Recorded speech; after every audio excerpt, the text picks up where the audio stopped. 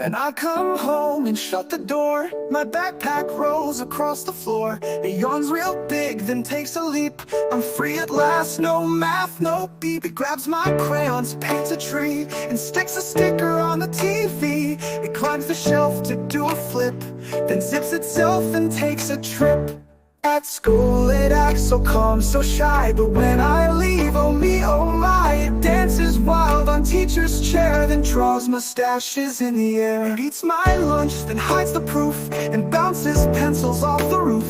It whispers jokes to chalk and glue, and sings a song in a monster's moo. It hides the erasers, tickles the books, then poses in mirrors with sneaky looks. My teacher said, "You lost your pen." I think my bag ate it again. But when I come to school next day, it sits all still in a boring way. But deep inside I surely know it had a party in row 2 and row 4.